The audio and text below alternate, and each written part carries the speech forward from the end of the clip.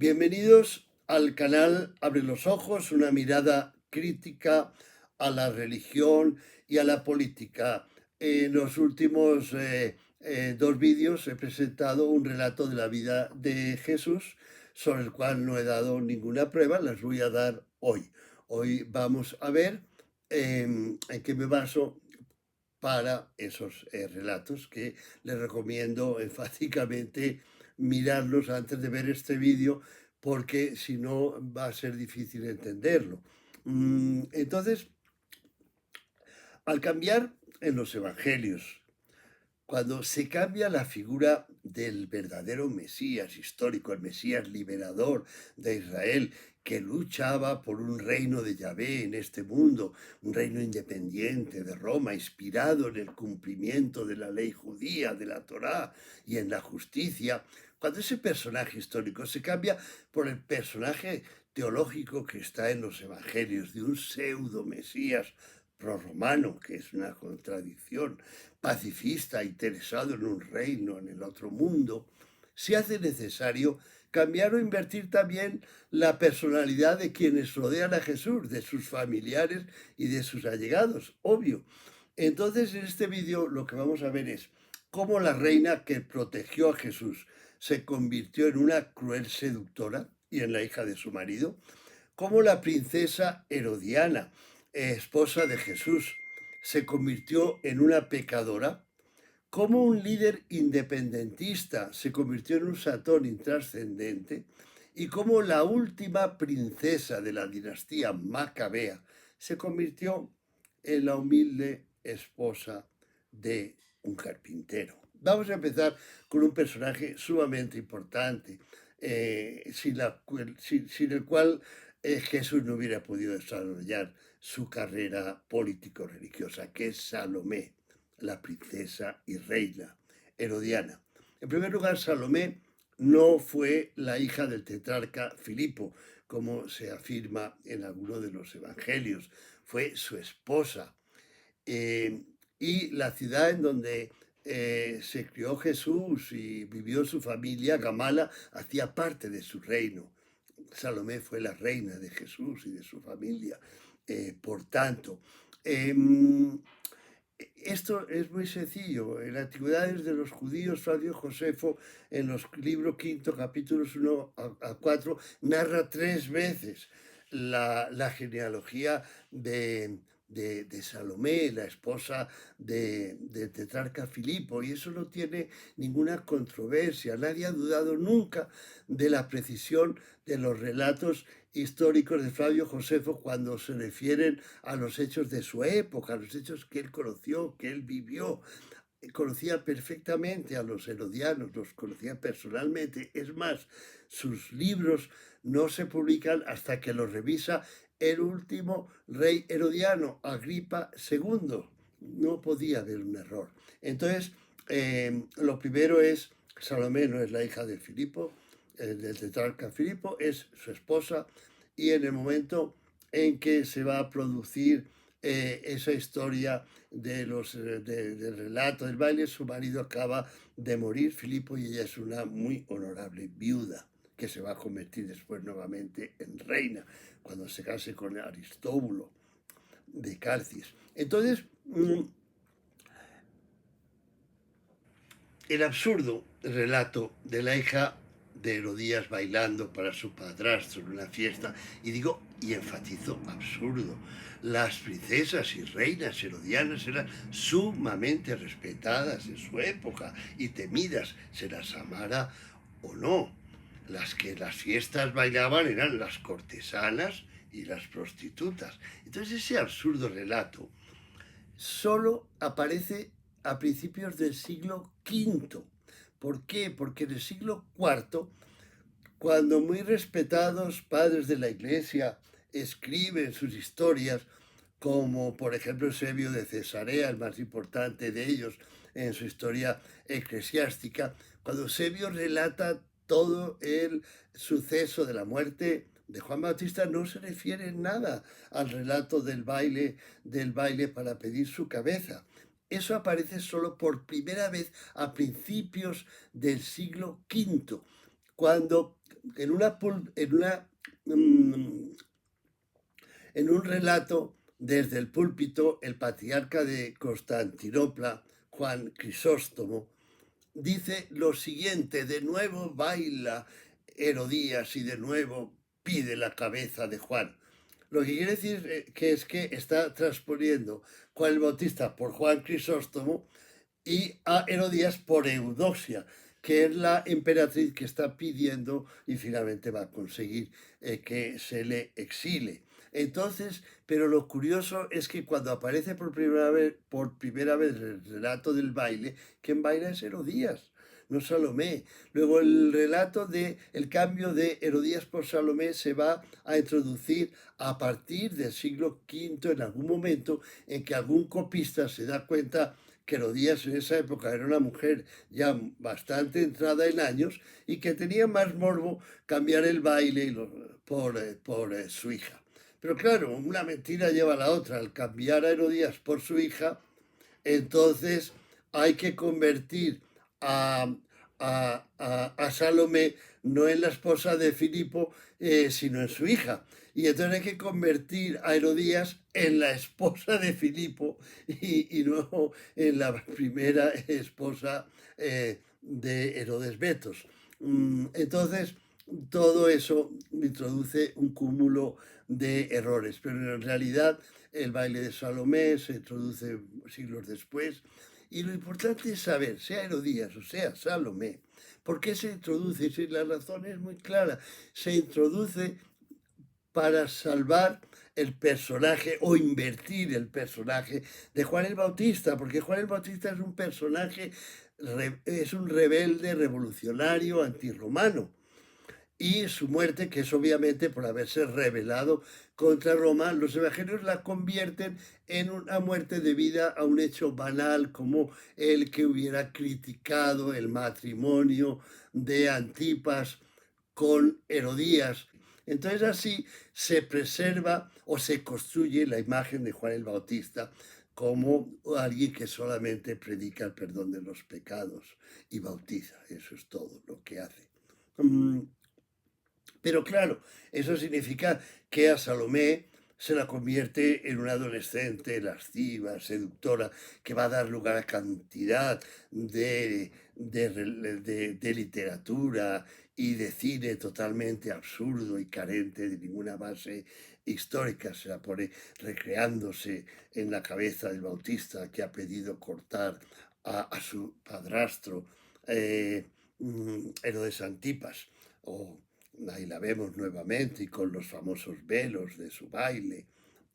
Pero Salomé además es una discípula de Jesús, porque, por ejemplo, en el Evangelio de Marcos, ahí cuando en la muerte de Jesús está presente Salomé, está presente en varias ocasiones, se la menciona durante la muerte de Jesús. En el Evangelio de Tomás aparece el siguiente relato. Salomé le dice a Jesús: ¿quién eres tú, hombre, que te has subido a mi cama y has comido en mi mesa? Que es el relato de alguien superior socialmente. Jesús contesta cualquier cosa y ella dice: soy tu discípula. Lo que nos está diciendo es que es al mismo tiempo un ser socialmente importante, una princesa y una discípula de Jesús. En dos documentos, como son la Pistis Sofía y el Evangelio de los discípulos, aparece la discípula de Jesús, Salomé, pero aparece con el nombre compuesto María Salomé. Y resulta que eso no es posible, porque no existe en Israel los nombres compuestos, José Joaquín, ni nada de eso. María Salomé no es un nombre compuesto, porque no existe. Entonces, ¿qué es? Mariam es a la vez un nombre propio, que traducimos por María, y un nombre común, que quiere decir princesa. Entonces, cuando aparece un nombre como Mariam Shaloma o María Salomé, lo que en realidad hay que traducir es la princesa Salomé. Mariam, princesa Salomé. Luego, Salomé es una princesa, la discípula de Jesús, a la que aparecen estos documentos, es una princesa. Y obviamente en esa época, que la única dinastía reinante era ya la herodiana, pues es una princesa herodiana. Salomé la discípula, aunque la iglesia lo niegue una y otra vez, era por tanto la misma princesa que tratan de calumniar con el famoso baile de los 7 velos o de lo que sea. Mm, y la razón es simplemente exculpar de toda veleidad revolucionaria la figura de este señor que vemos aquí, Juan el Bautista, que los evangelios lo presentan como un santo vestido muy humildemente, comiendo muy precariamente y dedicado a pedir el perdón de los pecados y a bautizar. Nada criticable, nada político ahí, obviamente.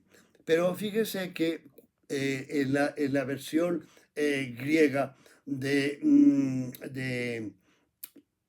Guerra de los Judíos de Flavio Josefo aparece este relato y tampoco se dice nada de que Juan el Bautista fuera este tipo de santo. No, se dice que Antipas le tenía miedo porque por la gran influencia que tenía sobre las masas podía organizar alguna sedición, alguna rebelión.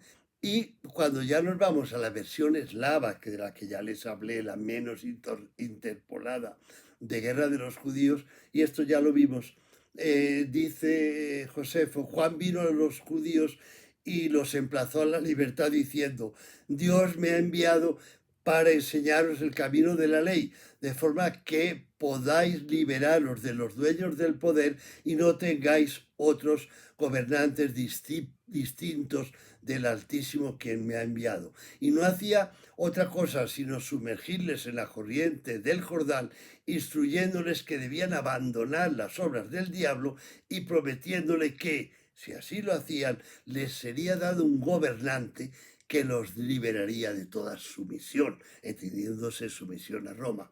Esa era la ideología celote, revolucionaria, antirromana del Mesías Jesús, de Judas de Gamala y muchos otros en esa época. Y eso es lo que el relato del baile trata de cambiar, porque lo matan por el bailecito de Salomé, cuando lo matan por predicar la independencia contra Roma.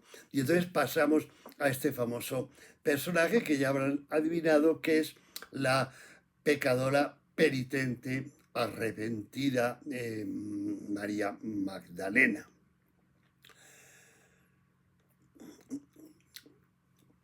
María Magdalena viaja de reina a prostituta en los evangelios, en primer lugar. Se convierte de reina en prostituta. Lucas 8:13 afirma que de su cuerpo, del cuerpo de María Magdalena, sacó Jesús 7 demonios. Eso no la caracteriza como pecadora. Hay muchos exorcismos y nunca se critica a los exorcizados por su mala conducta. No hay ahí ninguna razón de considerarla pecadora. Al contrario, lo que tiene es un papel predominante en la muerte y en la resurrección de Jesús. Fíjese que en los evangelios María Magdalena es de todos los personajes el más importante, porque se le menciona primero en todo. ¿Quiénes están presentes en la crucifixión? Mateo y Marcos señalan en primer lugar a Magdalena. Juan la menciona, pero la menciona de última. ¿Quiénes observan la tumba vacía cuando van a embalsamar a Jesús? En los 4 evangelios, la primera es María Magdalena, la primera. ¿A quién aparece Jesús después de resucitado? En primer lugar a María Magdalena. ¿Y quién comunica la buena nueva de la resurrección de Jesús? Siempre es María Magdalena. Entonces María Magdalena es la persona más importante. Pero hay algo muy interesante. Cuando se relata que algunas mujeres, o solamente María Magdalena en un caso, van a ungir, a embalsamar con perfumes, con aceites, el cuerpo de Jesús, resulta que esa labor la hace la esposa y en su defecto la madre. Si ambas faltaran, podría hacerla un familiar directo, como por ejemplo una hija, pero si la esposa está viva, ella es la primera. Y en los relatos de los evangelios ella es la primera. ¿Por qué? Porque es la esposa. Lo dicen los evangelios. No podía ungir el cadáver de Jesús cualquier persona. Debía ungirlo su esposa, y así lo relatan los evangelios. Y cuando se le aparece después de su muerte, en los evangelios aparece una frase alodina que dice: no me toques. En realidad, en la versión griega de los evangelios, en la traducción famosa de Robertson, en su comentario al texto griego del Nuevo Testamento, él traduce: deja de aferrarte a mí. Deja de aferrarte a mí, que es algo que se le puede... O sea, alguien muy allegado que se aferra a ti. O sea, hay una relación que claramente es de cónyuges. Ahora, veamos qué dice la Iglesia Católica y Josefo.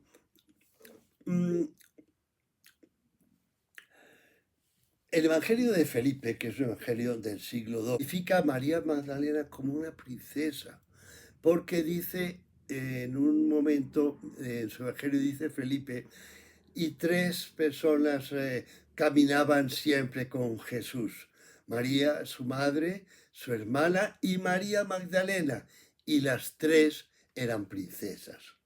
Obviamente María la madre, era princesa. Ya hemos visto princesa Macabea, y por lo tanto la hermana de Jesús también era princesa. Si ustedes leen en castellano el Evangelio de Felipe, se van a encontrar, como aparece muy a menudo, una traducción inadecuada, que es: y 3 personas caminaban siempre con Jesús: María, la madre, su hermana y María Magdalena, y las 3 eran María. No, si hubiera querido decir que las 3 se llamaban María, hubieran dicho: las 3 se llamaban María.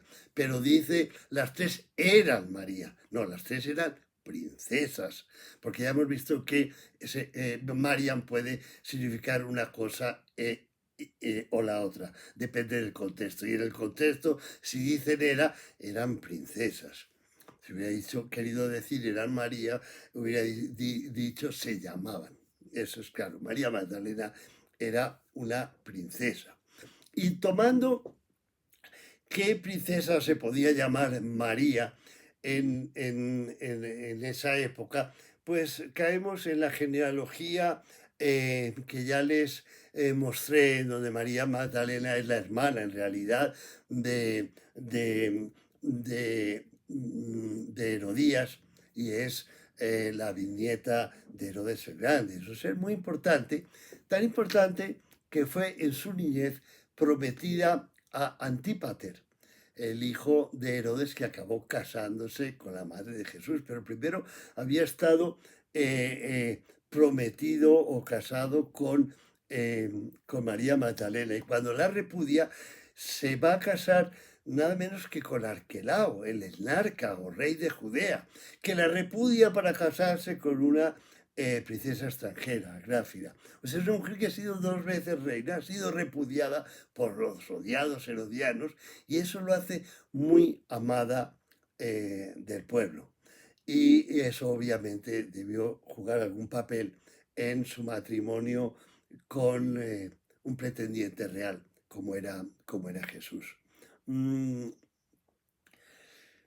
el año 591, en su homilía 25, el Papa Gregorio Magno afirma sin ninguna prueba lo siguiente: la mujer descrita por Lucas como pecadora, llamada María por Juan, es la misma que Marcos atestigua que fue liberada por Jesús de 7 demonios.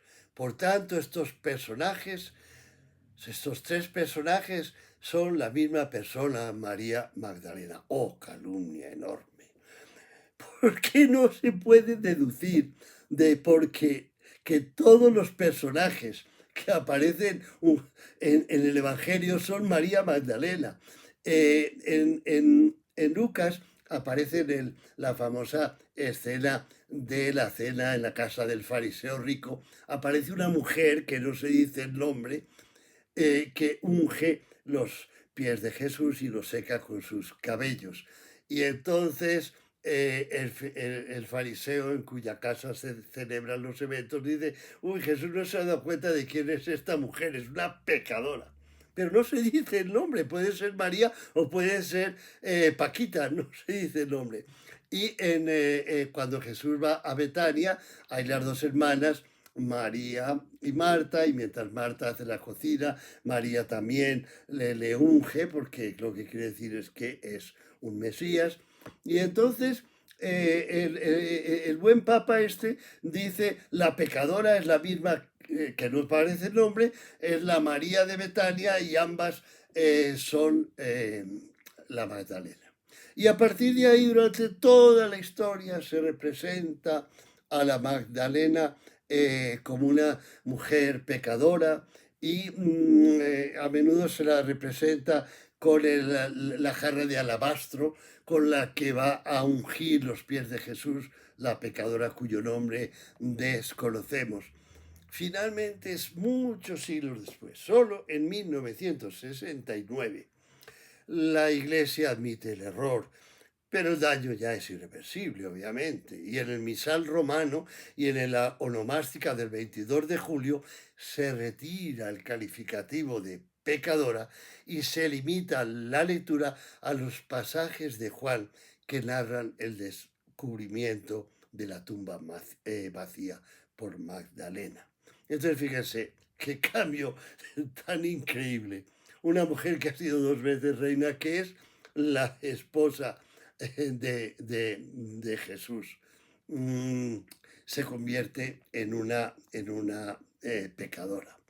Eh, Prácticamente una prostituta, porque así se la ha tratado en la iconografía y en la literatura desde entonces. Pero si no están convencidos, miremos la literatura cristiana primitiva, que abunda en razones.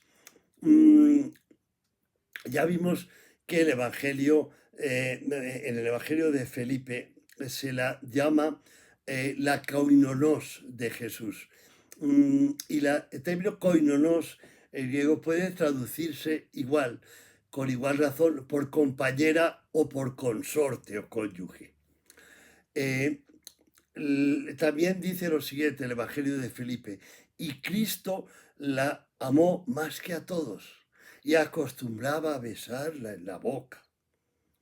Cuando los discípulos expresan celos, Jesús contesta, grande es el misterio del matrimonio. Más claro, imposible.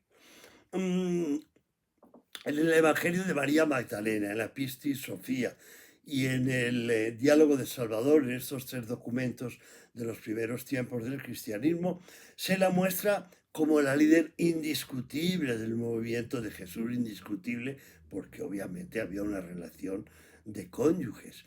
Y la historia, este es un libro interesantísimo, muy simpático, que se llama La historia de José el Justo y Asenet, su esposa, que son personajes bíblicos y que narra del siglo IV y narra en forma codificada el matrimonio de Jesús y María Magdalena. O sea, está supuestamente narrando el matrimonio de José, el José de la Biblia, el que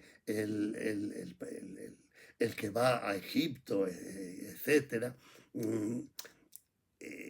Se le está asimilando a Jesús y a su esposa Senet con María Magdalena, y se dan todas las claves para que el lector lo reconozca.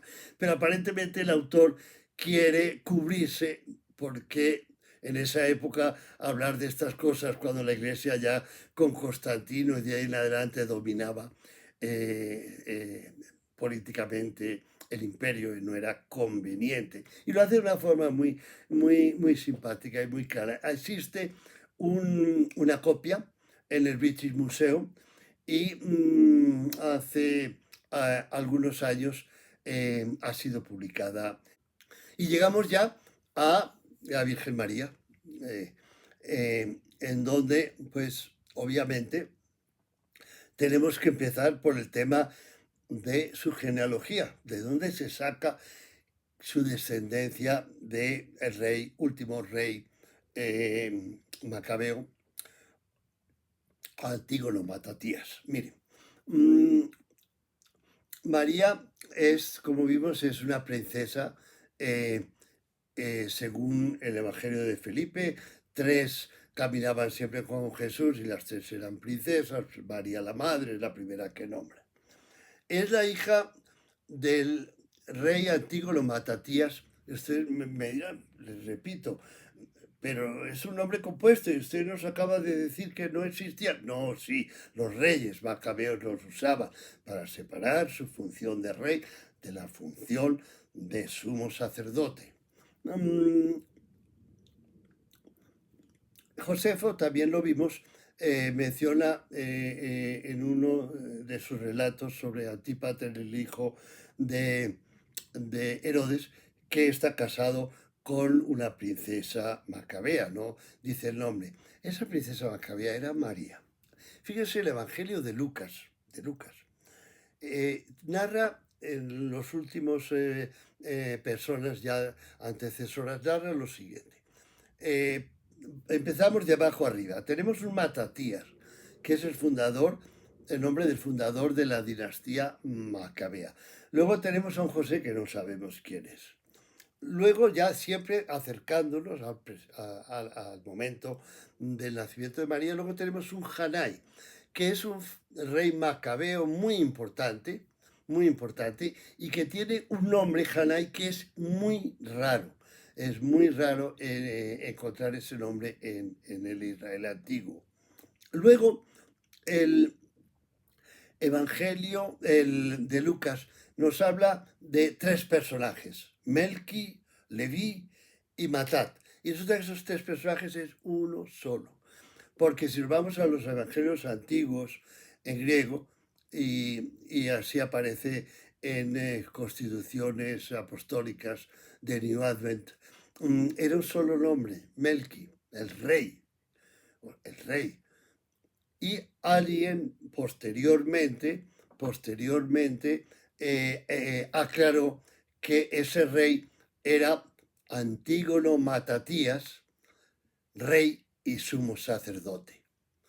¿Por qué? Porque Matat es el diminutivo de Matatías. Matatías es el mismo nombre, es el nombre como sumo sacerdote del rey Antígono, del que hemos venido ocupándonos. Y Levi quiere decir sacerdote, es un sinónimo de sacerdote, de la tribu de Leví, que todos eran sacerdotes. Entonces, al hacer ese nombre, lo que hay que leer es Matatías, sacerdote y rey, que solamente podía ser un rey macabeo, a la vez sacerdote y rey. Y ese es el padre de María. No, todavía no, porque aparece en realidad como el padre de un tal Leví. Antígono no tuvo ningún hijo, luego ese Leví no es su hijo. ¿Quién es ese Leví? Eli o Eliakim, que Eli es el diminutivo de Eliakim. Y recuerden, o no sé si saben, Eliakim y Joaquín, son el mismo nombre. Uno quiere decir él exalta y el otro Yahvé exalta. Recuerden que en la Biblia hay 2 nombres para Dios, Yahvé y Él eran intercambiables. Entonces, ¿quién es ese Elí? Josefo encuentra que en la época en que nace María hay realmente un sacerdote importante que se llama Elí. Y en un documento que nos narra lo único que sabemos de la infancia de María, como que sus padres eran Joaquín y Ana, que se llama el Proto-Evangelio de Santiago, hay una historia según la cual, siendo ya muy viejos Joaquín o Eliakim y su esposa Ana, se les aparece Yahvé y les dice que van a tener un niño y entonces van a hacer María, ellos la van a educar en el templo, recluida y seguramente haciendo en el templo de las mujeres labores como coser los vestidos de los sacerdotes o de los velos, pero recluida, incluso se dice que se la aparta del mundo para que no se contamine con el mal y con el pecado. Recluida, obvio recluida. Sí, hemos visto que si los reyes herodianos hubieran sabido de la existencia de una hija heredera de Antípater y por lo tanto candidata al reino, no hubiera durado mucho, siendo además la hija de Antígono Matatías, el rey odiado por los herodianos porque había combatido a Herodes el Grande. Entonces, lo que vemos es que, como narra Joseph Raymond en Mesías Herodiano, su libro del 2010, lo que debió ocurrir es que cuando Antígono manda a su familia a refugiarse en la fortaleza Hircania, tiene una hija recién nacida que no puede hacer el viaje y se la da en custodia a un sacerdote amigo que la va a criar pero muy alejada de que sea realmente conocida por la gente, porque ello la pondría en riesgo la vida de la niña y de ellos. Recuerden que aparecieron de repente unos descendientes macabeos en Idumea y Herodes, cuando se enteró, mandó matar al gobernador de Idumea sin importarle que era su cuñado. Entonces la cosa era Costovaro, se llamaba, la cosa no era, el riesgo era real. Entonces lo que debemos leer es, ¿quiénes son los ancestros de María en Lucas? Un sacerdote llamado Eliakim, que fue su padre adoptivo, su padre biológico después, Antígono Matatías, rey y sumo sacerdote. Luego Hanai, el antecesor de todos ellos, un rey macabeo, y al final podemos llegar al fundador de la dinastía macabea. Y fíjense aquí que en un comunicado del consulado de Israel en Ecuador, dice lo siguiente: moneda saqueada poco común del último rey Asmoneo, o Macabeo, es lo mismo. La antigüedad, la autoridad de antigüedades de Israel dice que las monedas acuñadas bajo Antígono Matatías son las más raras del periodo. Aquí ven la moneda y el rey Antígono Matatías, el efecto es de los años 40 a 37 antes de nuestra era, y dice un comunicado de prensa también emanado en Israel, dice lo siguiente: la moneda descubierta presenta una cornucopia con la inscripción hebrea Matía Cohen Gadol, que quiere decir Matatías sumo sacerdote, como aparece en el Evangelio de Lucas, y que rodea una inscripción en griego en su otra cara, donde aparece Antígono. Para los reyes era tan importante separar su función, porque se les criticaba por haber acumulado ambas funciones, que estas monedas de Antígono Matatías en realidad son dos monedas unidas, pegadas la una a la otra, para que no haya confusión, que una cosa es ser rey y otra cosa es ser sumo. María, otra prueba que tenemos es nada menos que el Apocalipsis 12:1-6, que narra cómo María es perseguida estando embarazada por el Imperio Romano, Dice Apocalipsis, este pasaje es muy conocido, apareció en el cielo una señal maravillosa, una mujer revestida de sol, con la luna debajo de sus pies y con una corona de 12 estrellas en su cabeza. Estaba encinta y gritaba por los dolores y las angustias del parto. Y apareció en el cielo otra señal, un enorme dragón de color rojo, encendido, que tenía 7 cabezas y 10 cuernos y una diadema en la cabeza. Este dragón es Roma. Las 10 cuernos son los 10 primeros emperadores hasta esta época y las siete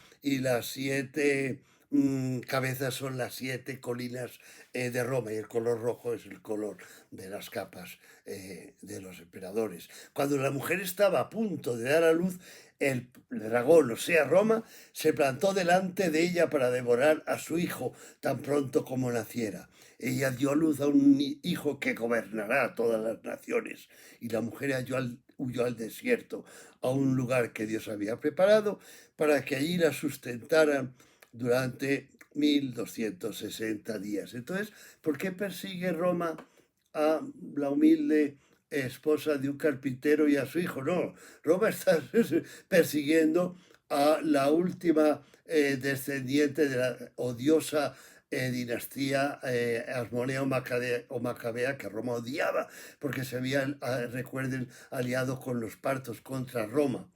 Y María va a refugiarse en Gamala durante ese tiempo, que es lo que dura la rebelión a la muerte de Herodes el Grande, cuando ella se le va a refugiar en Gamala. Para la Iglesia siempre ese relato se ha referido a la Virgen María, y eso ha dado lugar a la Virgen de Guadalupe, con los rayos que emanan de su cuerpo, con su corona y con sus pies sobre los cuernos de la luna.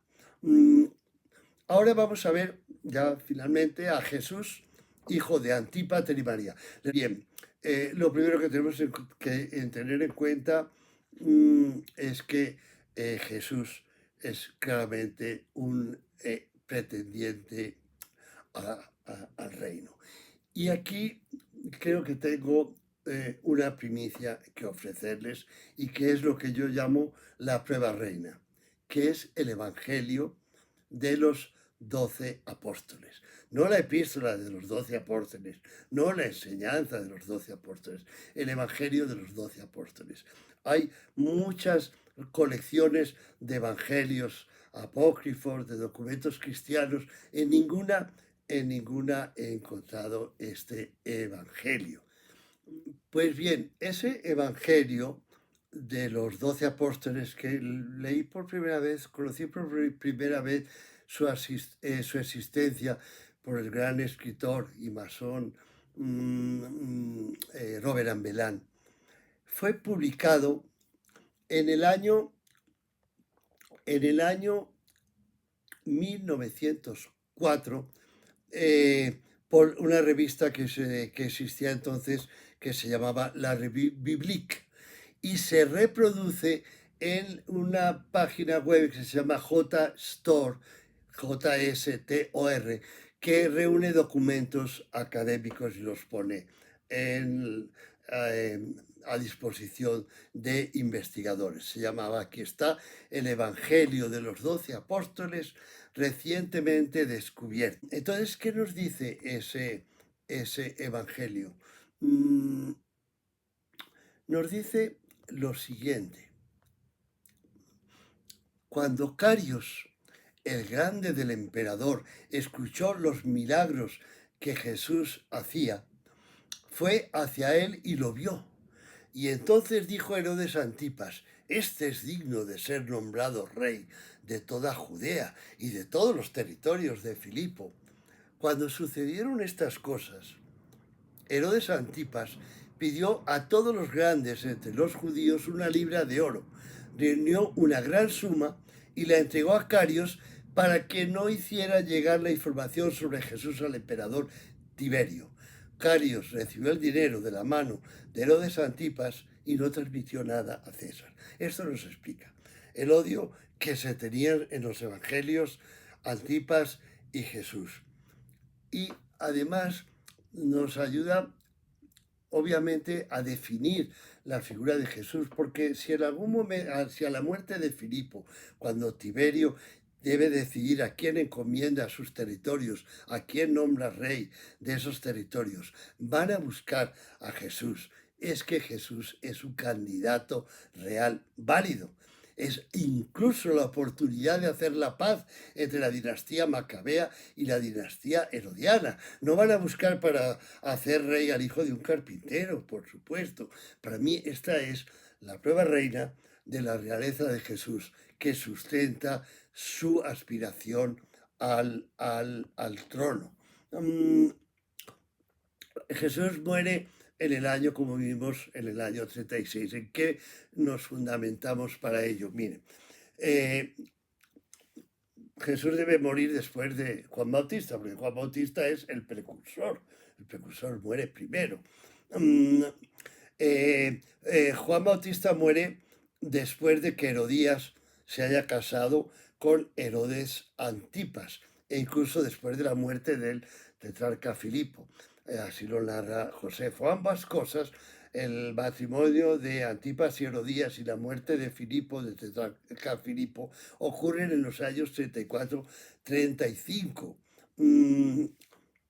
Pilatos es convocado a Roma en el año 37. Jesús debe morir después de la muerte de Juan el Bautista y antes de que Pilatos regrese a Roma. O sea, después del 35 y antes del 37. Eso quiere decir el año 36. Y en ese año se dan las circunstancias que narramos que ocurren en Persia y que causan la salida de las tropas romanas de Palestina y de Siria.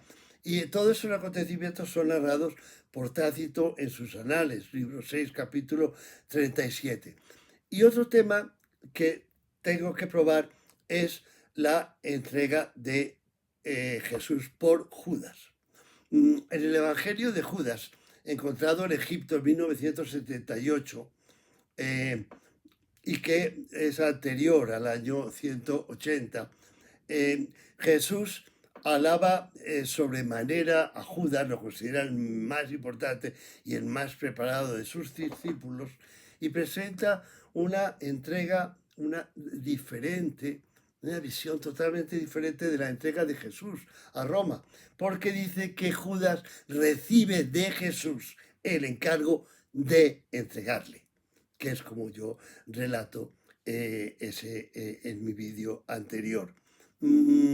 Ese evangelio de Judas lo vemos aquí en la traducción, que como es un documento que tiene bastante complicado en su idioma y en su conservación, entonces en la edición que les presento aquí, Antonio Piñeros y Sofía Torrallas, lo que hacen es explicar el contenido de cada capítulo. Y en uno de esos capítulos narran, y así se dice textualmente, que Jesús le pide a Judas que lo entregue. Judas no lo traiciona, cumple el cometido que le ha encargado Jesús. Y por eso Jesús está supremamente agradecido y lo considera el más importante de sus discípulos. Y aquí termino. Y toda esta miniserie sobre Jesús la finalizaré en mi próximo vídeo, donde narraré el enfrentamiento entre los hermanos de Jesús. Por un lado, el movimiento de Jesús, por un lado, y Saulo, alias Pablo, por otro lado. Muchas gracias y hasta la próxima.